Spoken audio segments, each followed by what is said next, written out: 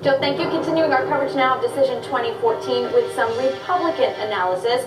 We're joined this morning by Robert Eno and Jeff Simone for that Republican perspective. And since I'm really just a nerd at heart, I want to have a little fun with some buzzwords that Martha Coakley was using, but flip them over to the Republican side of things, okay? So she's touting her ground game. And I want to know what that means for Charlie Baker in his race to become the next governor of Massachusetts. We'll start with you, Jeff. Well, I think the numbers, the polling numbers, the ground game is baked in.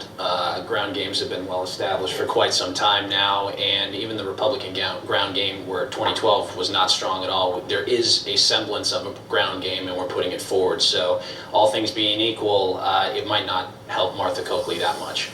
Charlie Baker in 2010, when he lost, realized that he needed to up his ground game if he were ever to run again. And he also realized that in districts where state legislative candidates won, he did better.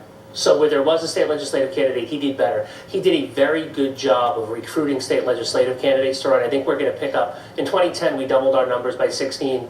We lost a few in 2012. I think we're going to get up another 11 or 12, so be over 40, which will be the historical high watermark. But he also realized that when state rep and state senate candidates get out their vote, those people usually vote for him, and that's been the game plan all along, and I think it's working well. See, you used my word, game plan. Okay, next one, I want to take it to New Hampshire now and talk about the race for Senate there. Is this going to be game over for Scott Brown? Unfortunately, I just haven't seen the numbers add up for Scott. I'm definitely pulling for him. It kills him as a Republican to say those words.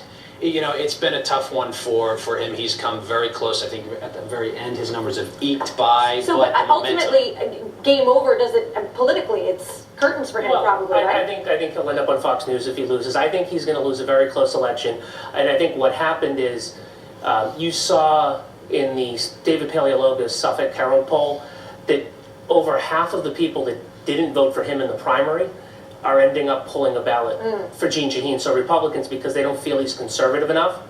And I think that those people, while I agree that he's not a conservative, he is leading on issues like immigration, he is leading on issues like ISIS and the threat to terror. So I think that if you are in New Hampshire, remember, your 50% friend is better than your 100% enemy. And if he does pull it off nationwide, it will be an absolute devastating blow to the Democrats. Absolutely. Okay, let's go to Maine now, and I want to know if this was a game changer after what Governor Paul LePage said last night during one of his campaign rallies, where he made a comment considered to be controversial about journalists being on suicide watch. Is this going to give a boost to the Democratic candidate at the last minute? Doubtful. I mean, it's too late in the game at this point. I think people have pretty much made up their minds who they're going to support. I think he got more help from his stance on Ebola, trying to make sure that that woman doesn't infect other people, the nurse, if she has it, and I think that that's actually, and you know, the president, everywhere the president's gone, the Republican has gained 4 to 5 to 6 points in the polls, and the president went to Maine and the president went to Rhode Island.